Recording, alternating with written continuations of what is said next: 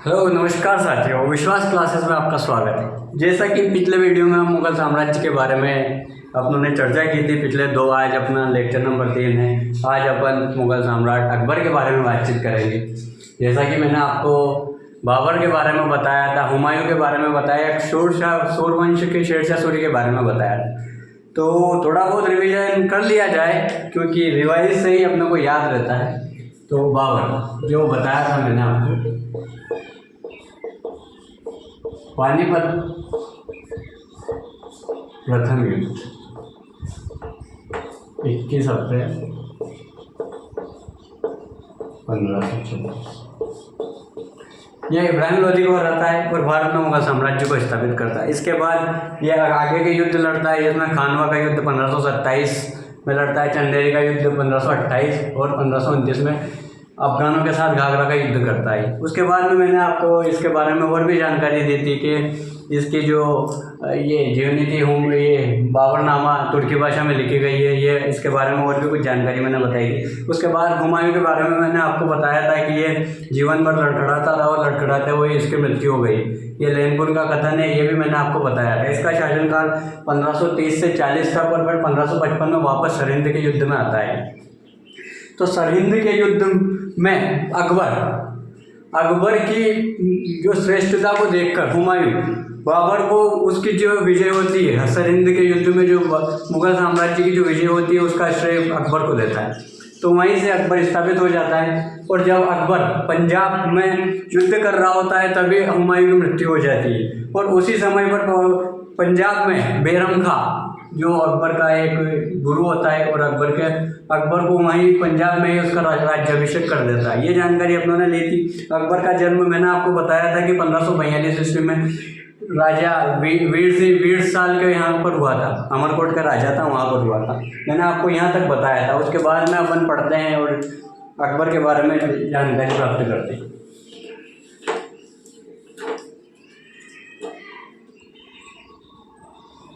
अकबर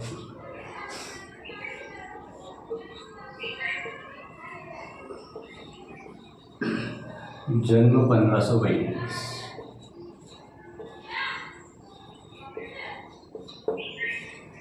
कहाँ हुआ था? अमरकोट के राजा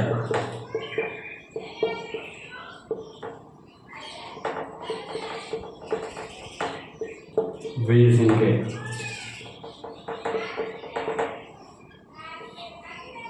पिता कौन था? हुमायूं। ये बेसिक सी जानकारी है जो अपने को याद रखना अति आवश्यक है। उसके बाद मैं अकबर के बारे में आपको बताता हूँ कि जैसे ही अकबर का जो राज्याभिषेक होता है, राज्याभिषेक पंजाब में होता है। पंजाब में एक जगह है कलानवर, यहीं पर बैरम खां इसका राज्याभिषेक करता है। वास्तव में 1556 से 1560 तक वास्तविक सत्ता बैरम खां के हाथ में होती है, क्योंकि उस 1556 में अकबर की उम्र मात्र 13 वर्ष होती है। 1560 में जब बैरम खां से अकबर का द्वेष उत्पन्न हो जाता है तो अकबर बैरम खां को हज यात्रा के लिए भेज देता है। वहाँ पर गुजरात में पाटन नामक स्थान पर अफगान शासक इसकी मृत्यु कर देता है और ये मर जाता है 1560।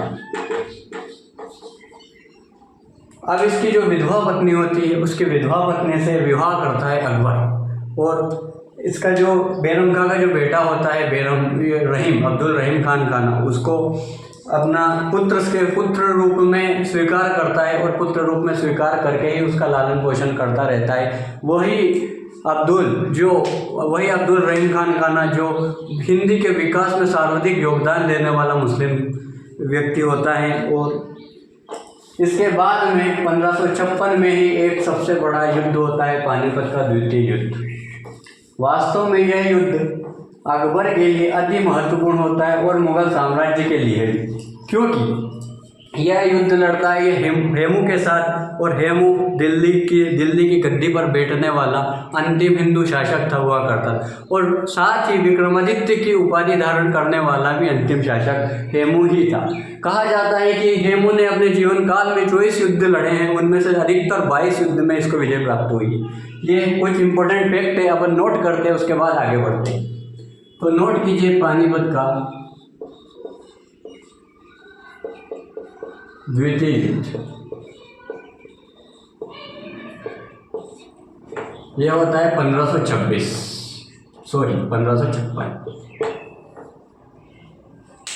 किस किस के बीच में होता है, जैसा मैंने आपको बताया है, अकबर वर्सेस हेमू के बीच। इसको अकबर जीत जाता है, और अब मैं हेमू के बारे में कुछ इंपॉर्टेंट फैक्ट लिख लेते हैं, फिर अकबर के बारे में कुछ जानकारी देंगे। हेमू दिल्ली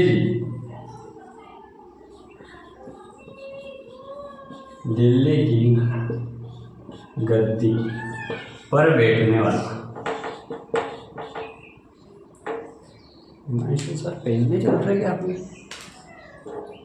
बैठने वाला अंतिम हिंदू शासक। उसके बाद में विक्रमादित्य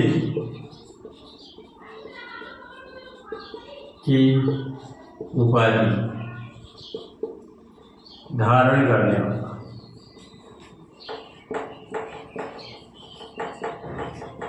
अंतिम शासक हेमू था।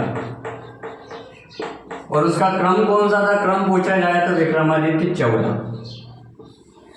भारतीय इतिहास में 14 विक्रमादित्य हुए हैं, उसमें से 14वां नाम आता है हेमू का।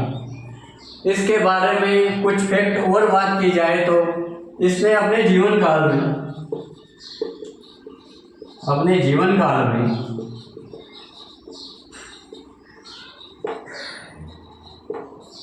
24 युद्ध लड़े,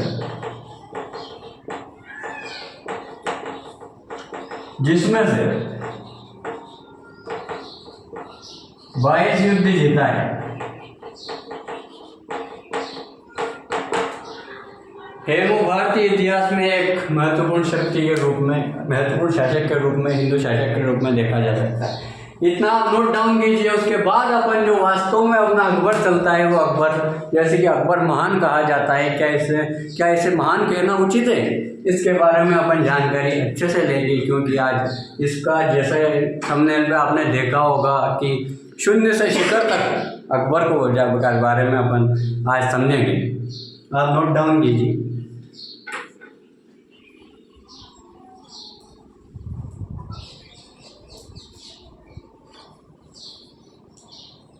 तो दोस्तों, बेहतर से बेहतर की तलाश कीजिए। मिल जाए नदी तो समंदर की तलाश कीजिए। बेहतर से बेहतर की तलाश कीजिए। मिल जाए नदी तो समंदर की तलाश कीजिए। टूट जाता है शीशा पत्थर की चोट से, टूट जाए पत्थर ऐसा शीशा तलाश कीजिए।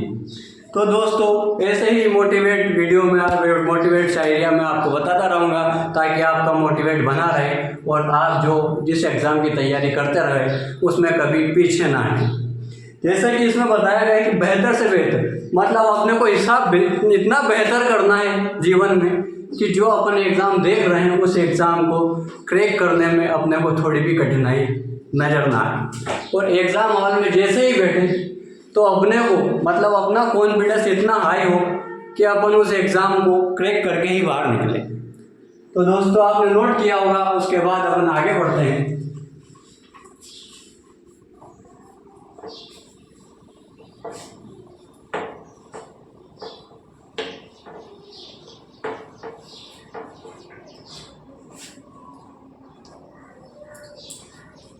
दोस्तों, इसके बाद में अकबर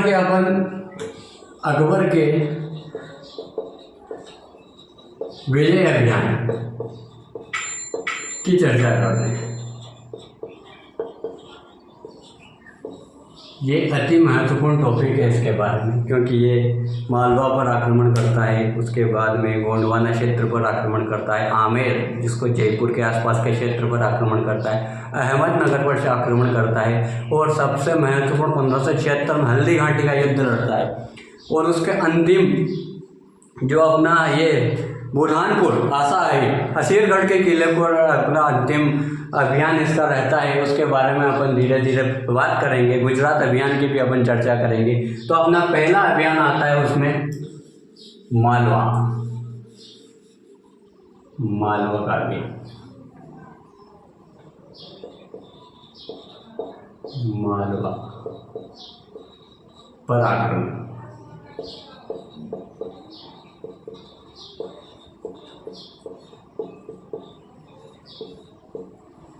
जैसा कि दोस्तों आपने कहावत सुनी होगी कि दाल बाटी चूरमा और हम भारत के सूरमा, ऐसी कहावत मालवा के रूप में देखी जा सकती है, क्योंकि मालवा के लोग दाल बाटी के बड़े शौकीन हैं। तो आप ये मालवा पर आक्रमण करता है 1561। उस समय मालवा का शासक होता है बाज बहादुर। बाज बहादुर वास्तव में इस शासक से आप परिचित होंगे, बट ये मांडू के संदर्भ में आप परिचित होंगे, क्योंकि मांडू में इसके महल है। रानी रूपमती और बाज बहादुर, इनकी प्रेम कहानी के चर्चे मांडू के इर्द गिर्द घूमते रहते हैं। और आप पर्यटकों का स्वर्ग या पर्यटकों की नगरी के रूप में मध्य प्रदेश का एक अच्छा खासा शहर के रूप में जाना जाता है मांडू, उसके बारे में आपने सुना होगा। परंतु बाज बहादुर उस समय मालवा का शासक हुआ करता था, और 1561 में अकबर बाज बहादुर पर आक्रमण करता है।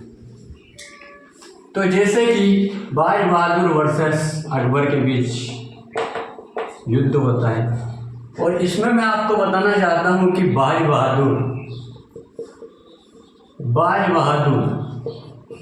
हार के डर से मालवा को छोड़ देता है और गुजरात तरफ निकल जाता है, और रानी रूपमती आत्मदाह कर लेती। बाज बहादुर हार के डर से निकल जाता है और रानी रूपमती आत्मदाह कर लेती।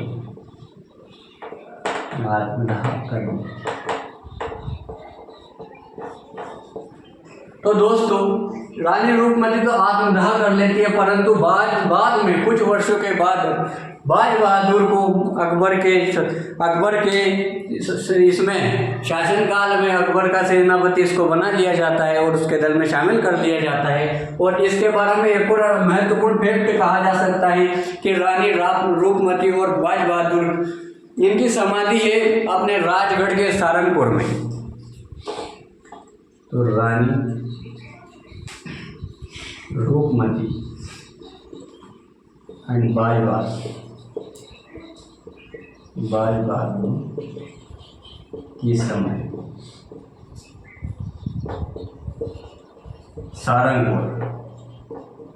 सारंगपुर पड़ता है राजगढ़ मध्य प्रदेश में। यह कुछ इम्पोर्टेंट है मालवा के आक्रमण की कुछ विशेषताएं हैं। उसके बाद में अपन इसके अगले अभियान पर भी बात करते हैं, और वो है गोंडवाना पर आक्रमण करता है। ये आप नोट डाउन कीजिए इसको।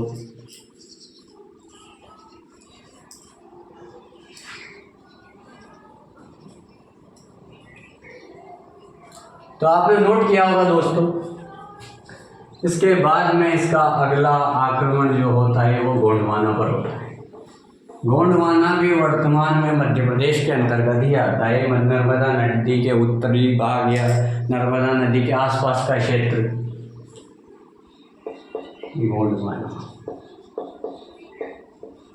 पर आक्रमण।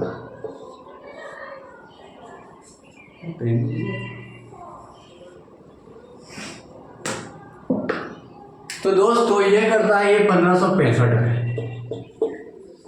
जैसा कि उस समय मैंने आपको बताया कि गोंडवाना का क्षेत्र कहाँ है, नर्मदा नदी के उत्तरी भाग के आसपास ये पड़ता है। जैसा कि उस समय गोंडवाना पर एक शासन कर रहा था संग्राम शाह, जिसको आमन दास भी कहा जाता है। ये वर्तमान में उस समय पर शासन कर रहा था। उसके बाद में दलपत शाह इस वंश का शासक होता है और उसके समय पर अकबर आक्रमण करता है गोंडवाना पर, परंतु उसी समय दलपत शाह की भी मृत्यु हो जाती है और वास्तविक अकबर से युद्ध करती है रानी रूपमती। रानी रूपमती अपने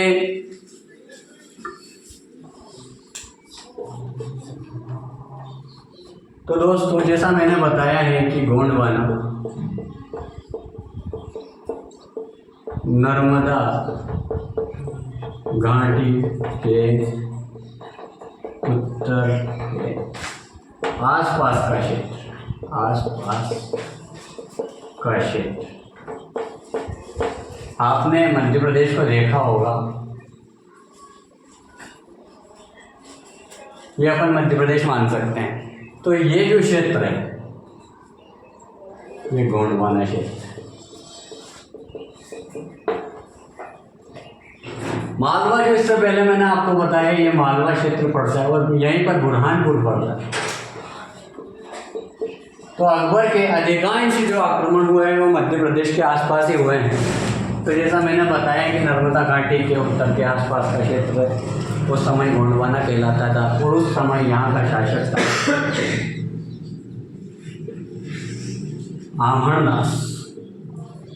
आमहण दास,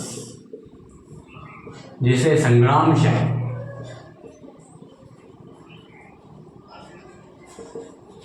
की उपाधि दी गई। इसका पुत्र होता है दलपत शाह। दलपत शाह की शादी है, इसका विवाह होता है रानी रूपमती के साथ, रानी रूपमती। और इनका एक बेटा होता है, इनका ही होगा, वो तो रानी रूपमती अकेले का तो हो नहीं सकता। तो इनका एक बेटा होता है वीर नारायण। वीर नारायण ये पुत्र है। तो होता यह है कि आमरदास संग्राम शाह की भी इसी वक्त मृत्यु हो जाती है और भगवान की ऐसी ही इच्छा थी कि दलपत शाह भी उसी समय पर स्वर्ग में पहुंच गए। अब समय आता है कि वास्तविक सत्ता किसको दी जाए, क्योंकि रानी रूपमती एक महिला थी और महिला को भारतीय इतिहास में, वो भी प्राचीन या मध्यकालीन भारतीय इतिहास में महिलाओं की स्थिति आप जानते ही हो। वर्तमान में तो महिलाओं की स्थिति को ऊपर उठाने के लिए केंद्र सरकार, राज्य सरकार, उसके बाद विश्व के अनेक संगठन लगे हुए हैं। जैसे कि अभी आपने नारी शक्ति वंदन अधिनियम देखा होगा, 1/3 जो सीटें रिजर्व कर दी गई है। उसके बाद में कहीं भी वैकेंसियाँ देखो तो कहीं 33% तो कहीं 50% रिजर्वेशन महिलाओं को दे दिया गया है। खैर अच्छी बात है। वास्तविकता ये है कि हाँ, ऊपर उठना भी महिलाओं का अति आवश्यक है, परंतु महिलाओं को ऊपर उठाने के इसमें अपन देखते ही हैं कि जैसे कि जो स्थानीय निकाय होते हैं उसमें भी महिलाओं को कहीं 33%, कहीं 50% आरक्षण दिया गया है। बट महिला कहीं सरपंच होती है तो अपन को मालूम ही है कि सरपंच महिला होती है, बट उनको चलाता अपन सरपंचा साहब चलाते हैं, ये भी अपन जानते हैं। तो दोस्तों खैर वो अलग बात है, अपना पॉलिटी का टॉपिक है, उसमें अपन अच्छे से पढ़ेंगे।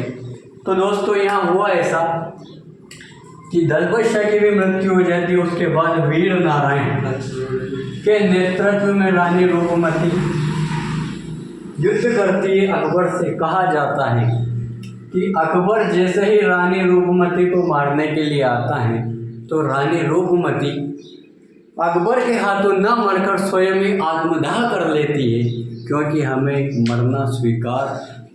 खुद मरना स्वीकार है, किसी के हाथों मरना स्वीकार कभी बर्दाश्त नहीं। तो दोस्तों ये रहा गोंडवाना पर आक्रमण। और आपको एक और बात जानना होगा कि रानी रूपमती की समाधि कहाँ है, ये अति इम्पोर्टेंट प्रश्न है। तो इनकी समाधि अपने को मिलेगी जबलपुर के बारेला गांव में। इनकी संभाली। तो दोस्तों नोट कीजिए आप, उसके बाद अपन अकबर का अगला आक्रमण के ऊपर चर्चा करेंगे।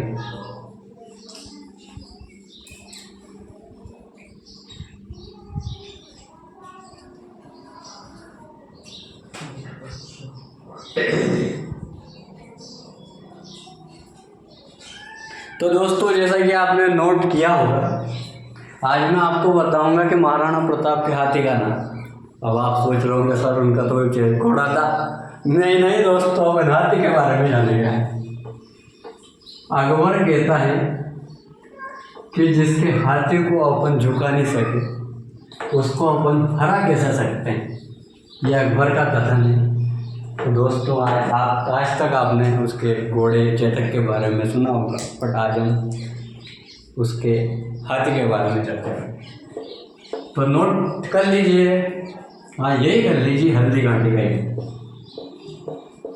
हल्दी घाटी।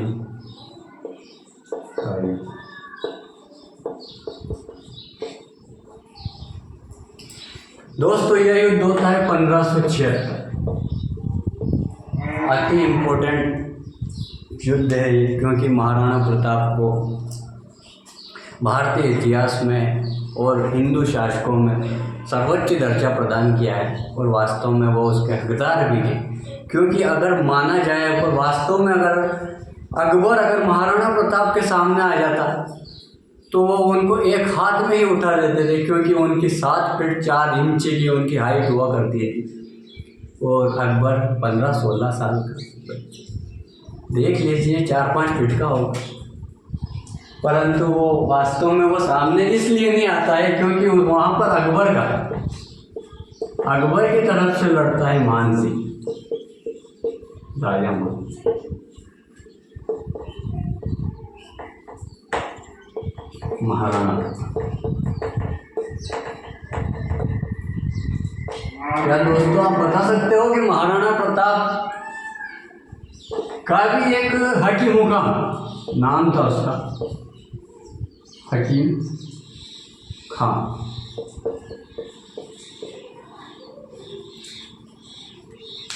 महाराणा प्रताप की ओर से हकीम का युद्ध कर रहे थे, तो अकबर की ओर से मान सिंह युद्ध कर रहा था।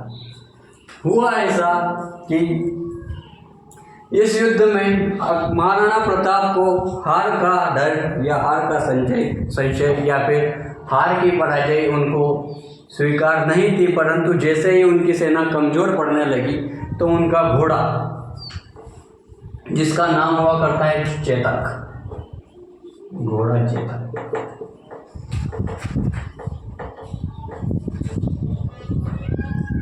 तो ये घोड़ा चेतक निकाल ले जाता है महाराणा प्रताप को, युद्ध से बाहर ले जाता है। और उनका हाथी, जैसा कि मैंने आपको बताया, उनके हाथी का नाम था राम प्रसाद।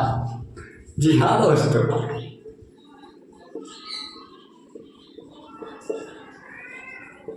राम प्रसाद उनका हाथी हुआ करता है। कहा जाता है कि इसके हाथी ने अकबर के 2 से 4 हाथियों को तो युद्ध स्थल पे ही समाप्त कर दिया। और उसके जो इसको देखते हुए अकबर ने कहा था कि जिसके अपन हाथियों को नहीं झुका सके, क्या अपन उसको हरा सकते हैं, उसको झुका सकते हैं। तो दोस्तों वास्तव में ये बिल्कुल निंदनीय है कि हिंदू शासकों के द्वारा ही मुगल साम्राज्य हल्दी घाटी का युद्ध में अगर कमज़ोर पड़े थे तो हिंदू शासकों की वजह से ही महाराणा प्रताप पड़े थे। अगर वास्तव में अगर कुछ हिंदू शासकों ने उनका सहयोग किया होता तो भारतीय इतिहास भी कुछ अलग होता और हल्दी घाटी के युद्ध का परिणाम भी कुछ अलग ही होता। परंतु ठीक है, जो हुआ है वो पढ़ना जरूरी है, इसलिए पढ़ते रहें। तो ये हुआ। इसके बाद में अपन अगला जो आक्रमण है ये पढ़ते हैं, और अगला आक्रमण है आमेर।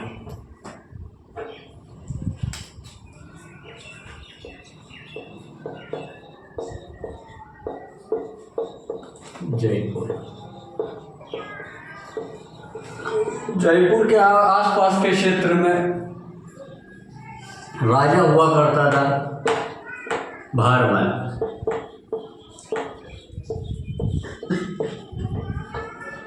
तो भारमल जैसे ही अकबर आता है, दिल्ली से ही आएगा भाई, जैसे ही दिल्ली से अकबर आता है तो बहरमल को संशय होता है कि अकबर आक्रमण के लिए आ रहे हैं, तो ये युद्ध लड़ने से इनकार कर देता है और अकबर के सामने आत्मसमर्पण कर देता है। तो होता यह है कि जैसे ये अकबर के सामने आत्मसमर्पण किया तो अकबर बोलता है कि या तो आप हमसे युद्ध कीजिए या फिर आप अपनी पुत्री का विवाह हमसे कीजिए।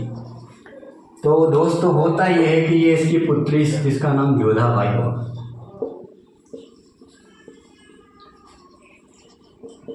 ये पुत्री हुआ करती है, इस जोधाबाई का विवाह कर देता है अकबर के साथ।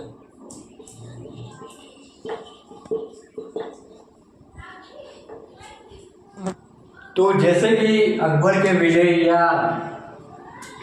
विजय अभियान की में जो सफलता अकबर को मिली है, वास्तव में वो हिंदू शासकों या राजपूत शासकों की कमियों की वजह से अपने को दृष्टिगत होती नजर आएगी। क्योंकि जैसे देखा जाए तो हल्दी घाटी के युद्ध में मान सिंह ने अकबर का सपोर्ट किया, उसके बाद में ये आमेर जयपुर के राजा तो आत्मसमर्पण कर देते हैं, इनकी पुत्री का विवाह भी उनसे कर देते हैं। उसके बाद जहांगीर आता है, वो भी ऐसा ही करता है, राजपूत रानी और राजपूत पुत्रियों से विवाह कर लेता है, ऐसे ही चलता रहता है। तो दोस्तों आमेर के साथ ऐसा कुछ घटित होता है। उसके बाद में अगला आता है गुजरात पर आक्रमण।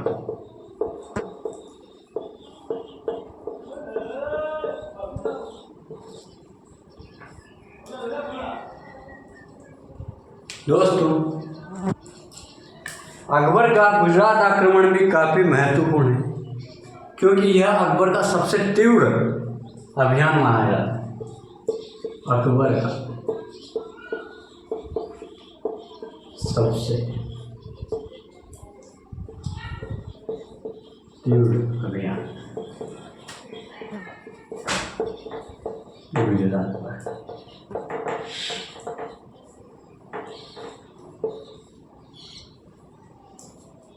दोस्तों इसी के विजय के उपलक्ष्य पर यह एक स्थापत्य का निर्माण करवाता है और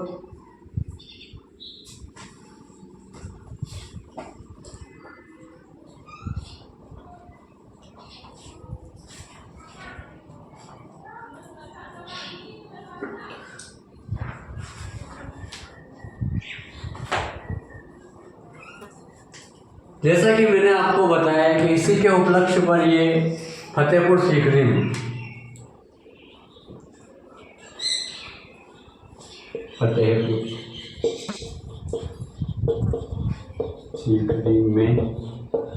बुलंद दरवाजा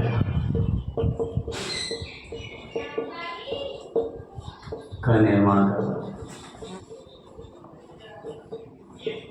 दोस्तों ये कुछ इम्पोर्टेंट फैक्ट है गुजरात पर आक्रमण। इसके बाद में इसका एक और आक्रमण होता है अहमदनगर पर। उसके बाद में इसका अंतिम अभियान जो होता है असीरगढ़ के किले पर। कहा जाता है असीरगढ़ मध्य प्रदेश के बुरहानपुर में स्थित। असीरगढ़ को दक्षिण भारत का प्रवेश हुआ।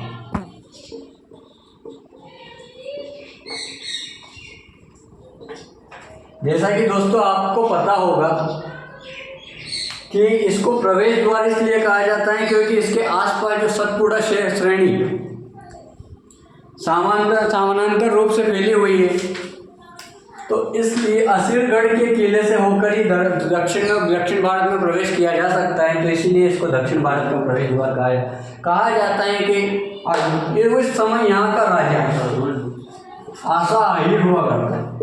आशा अहीर। एक और फैक्ट इसके बारे में कहा जाता है कि अकबर इस किले को जीत नहीं पाया था। तो आपसे क्वेश्चन में पूछा जाएगा कि ऐसा कौन सा अभियान है जिसको अकबर पूर्णतः जीत नहीं पाया था, तो वो आएगा उसका आंसर असीरगढ़ के किले को, क्योंकि इसने आक्रमण तो किया परंतु ये जीत नहीं पाया। वहाँ की भौगोलिक स्थिति इतनी गंभीर थी कि ये उसको विजय प्राप्त नहीं कर पाया। ये कुछ इम्पोर्टेंट फैक्ट थे, कुछ इम्पोर्टेंट आक्रमण थे जो जिससे लगातार क्वेश्चन बनते हैं और पूछे जाते हैं। तो दोस्तों अपनों अकबर के आक्रमण पढ़े, इसके बाद में इसके कुछ विशेषताएं, कुछ कार्य किए हैं, उसके बारे में अपन बात करते हैं।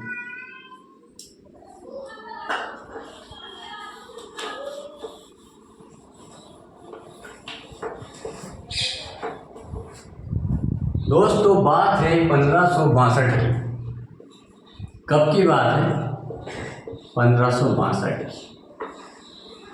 जब अकबर तीर्थ यात्रा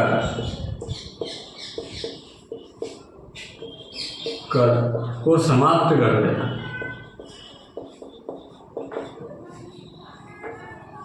बात है अगले ही वर्ष 1563।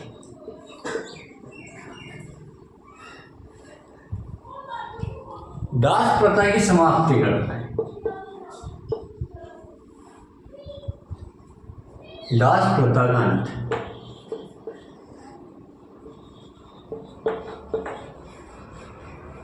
1564 में जजिया को समाप्त कर देता है।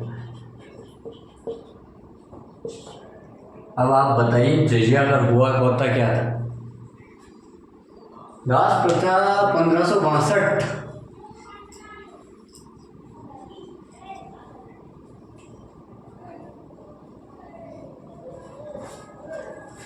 जजिया कर गैर मुस्लिमों से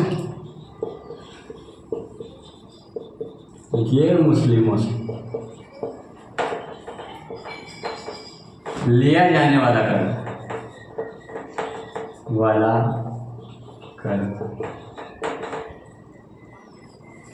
दोस्तों इसके बाद में इसका जो अगला कार्य होता है वो होता है इबादत खाने की स्थापना करता है 1500। उससे पहले 1571 में फतेहपुर सीकरी की स्थापना।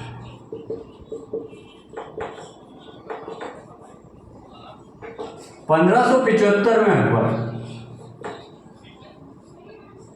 इबादत खाने की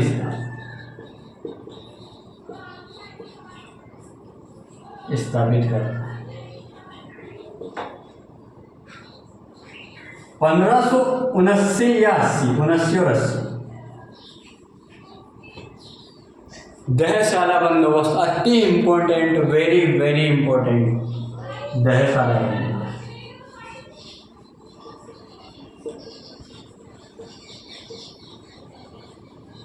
दहशाला बंदोबस्त वास्तव में टोडरमल की देन थी। अब टोडरमल कौन था? टोडरमल के बारे में मैं आपको पिछले वीडियो में भी इसके बारे में जानकारी दे चुका हूँ। मैंने जैसा आपको बताया था कि शेरशाह सूरी के शासनकाल में ये शासन कर उसके समकालीन था। उसके बाद में मुग़ल बादशाह अकबर भी इसको अपने 9 रत्नों में शामिल करता है। तो दोस्तों आप नोट कीजिए, इसके बाद अपन आगे बढ़ते हैं।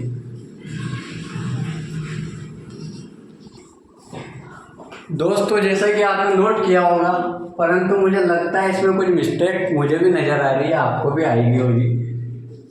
कि यहाँ पे आपने गलती देखी हो तो बताइए आप कि क्या आपको समझ में आया था? यहाँ पे 1562 में दास प्रथा है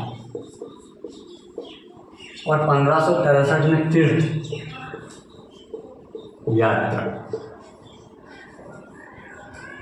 यात्रा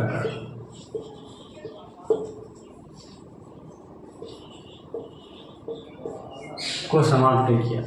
तो दोस्तों यहाँ तक आपने पढ़ा होगा इसको। जैसा कि मैंने एक बार और रिवाइज करवा देता हूँ। 62 में दास प्रथा को समाप्त करता है, 63 में तीर्थ यात्रा कर को समाप्त कर देता है, 64 में जजिया कर को समाप्त करता है। और जजिया कर आपसे पूछा जाएगा क्या था, तो जजिया कर गैर मुस्लिमों से लिया जाने वाला कर। 1571 की बात है, फतेहपुर सीकरी को स्थापित कर देता है ये, और 1578 में इबादत खाने की स्थापना करता है। अब इबादत खाना क्या है? इबादत खाना विभिन्न धर्म संप्रदायों से संबंधित है। और इसमें विभिन्न धर्मों के लोग रहते थे और विभिन्न धर्म। उसके बाद में एक और आता है दीन ए इलाही, उसके बारे में अपन अगला चर्चा करते हैं। 1579-80 में दहशत बंदोबस्त को स्थापित कर देता है। वास्तव में टोडरमल के मस्तिष्क की ये उपज होती है। दोस्तों इसके आगे चलते हैं, तो इसके आगे अपन बात करते हैं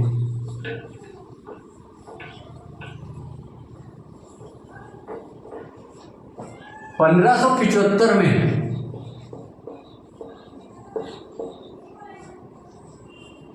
1575 में अकबर मनसबदारी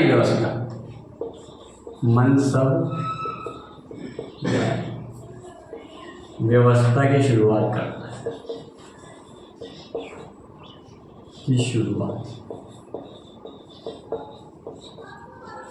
यह एक सैनिक व्यवस्था या सैन्य व्यवस्था होती है। वास्तव में यह सैन्य व्यवस्था मंगोल शासकों की देन होती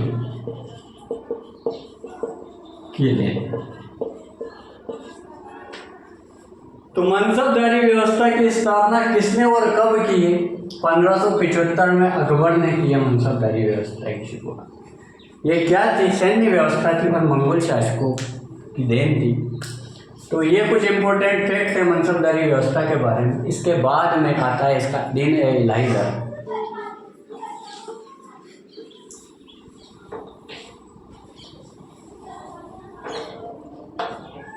बात है 1582।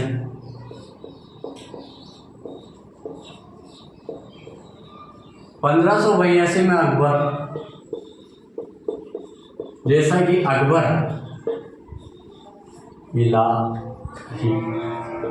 अकबर के साम्राज्य में विभिन्न धर्मों के या भारत में विभिन्न धर्मों के संप्रदायों के लोग निवास करते थे, तो अकबर ने सभी धर्मों को सामान्य रूप से का पूछा जाएगा कि मुगल साम्राज्य का ऐसा कौन सा शासक है जिसने हिंदुओं के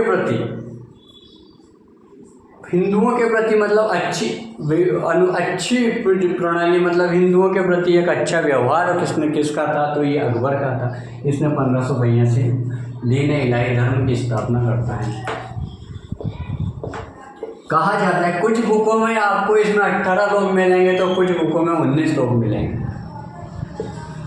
18। परंतु अगर आप NCERT की बुक देखते हो तो उसमें आपको डायरेक्ट सीधा 18 लोग मिलेंगे, और ये सही है इसका आंसर। तो 18 सदस्य थे इसके। इसका अध्यक्ष स्वयं अकबर था। एक और क्वेश्चन आपसे पूछा जाएगा कि दीन ए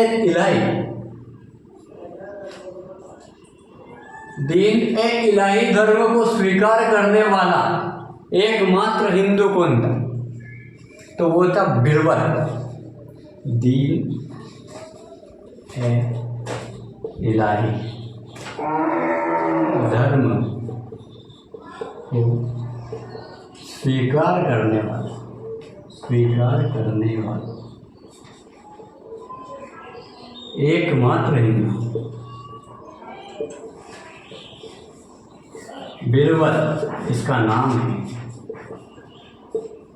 दोस्तों आपसे एक क्वेश्चन करता हूँ कि इसका मूल नाम क्या है? आप बताइए, कमेंट करके बताइए। कमेंट, वैसे तो आप कमेंट शेयर लाइक कर रहे होंगे अपने चैनल को, क्योंकि बार बार कहना आपको पड़े नहीं, क्योंकि ये आपका अपना चैनल है और इस चैनल को आगे बढ़ाना, ताकि अपन अपने को और भी मोटिवेशन मिलता रहे और अपन और भी कुछ नए वीडियो नए फैक्ट के साथ, जैसा कि आप देख रहे होंगे हमारे चैनल पर रोज़ नए छोटे शॉर्ट वीडियो के साथ आपको एक अच्छी सी जानकारी हमेशा रोज़ डेली प्रोवाइड की जा रही है। जैसे कि मैंने आज आपको विभिन्न प्रकार के अवार्ड्स के बारे में बताया था, आपने देखा होगा।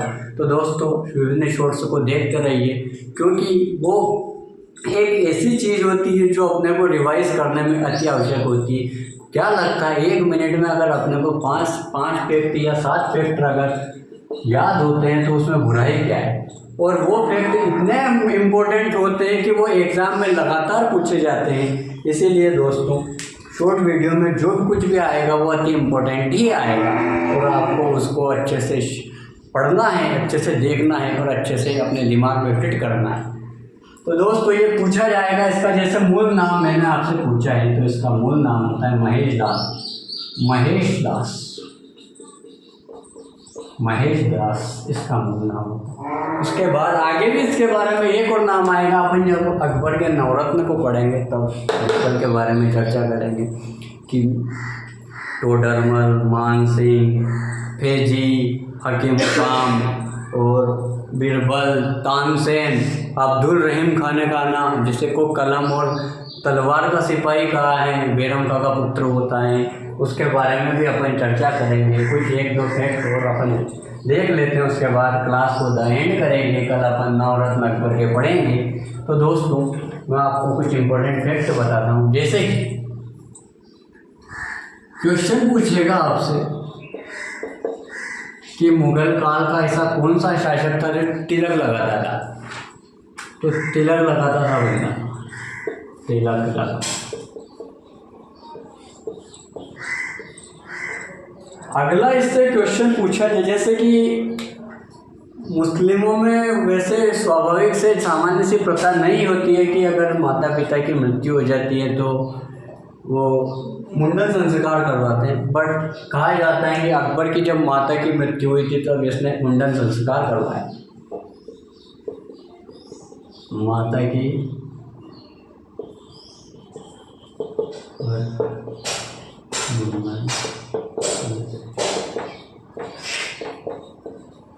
कभी कभी एग्जामिनर ऐसे होशो हवास में पेपर बनाता है कि ऐसे फैक्ट डाल देता है कि सर ये तो फैक्ट कहाँ से आ गया पता ही नहीं चलता, इसलिए नोट करना अति आवश्यक है। और वर्तमान में तो कथन आता है कि अकबर मुंडन संस्कार करवाया था, अकबर ने जजिया कर को बंद कर दिया था, तीर्थ यात्रा कर चालू किया था, ऐसे ऐसे फैक्ट आते हैं, कौन सा सत्य कौन सा गलत है उसमें भी पूछ लिया जाता है। तो दोस्तों ये कुछ इम्पोर्टेंट बातें थी अकबर के बारे में। इसके बाद में देखा जाए तो झरोखा दर्शन और तुलाधान प्रथा की शुरुआत भी अकबर ने की।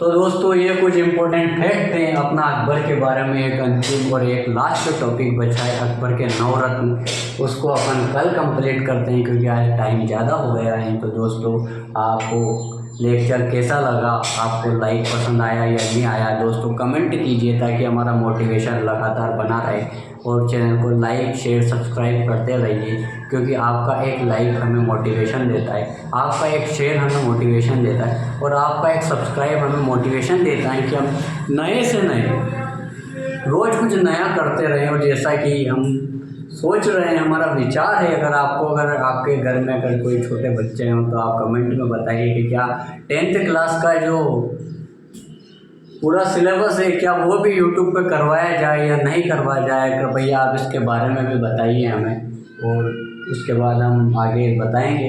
तो दोस्तों वैसे ही बने रहे हमारे वीडियो के साथ। थैंक यू, धन्यवाद दोस्तों।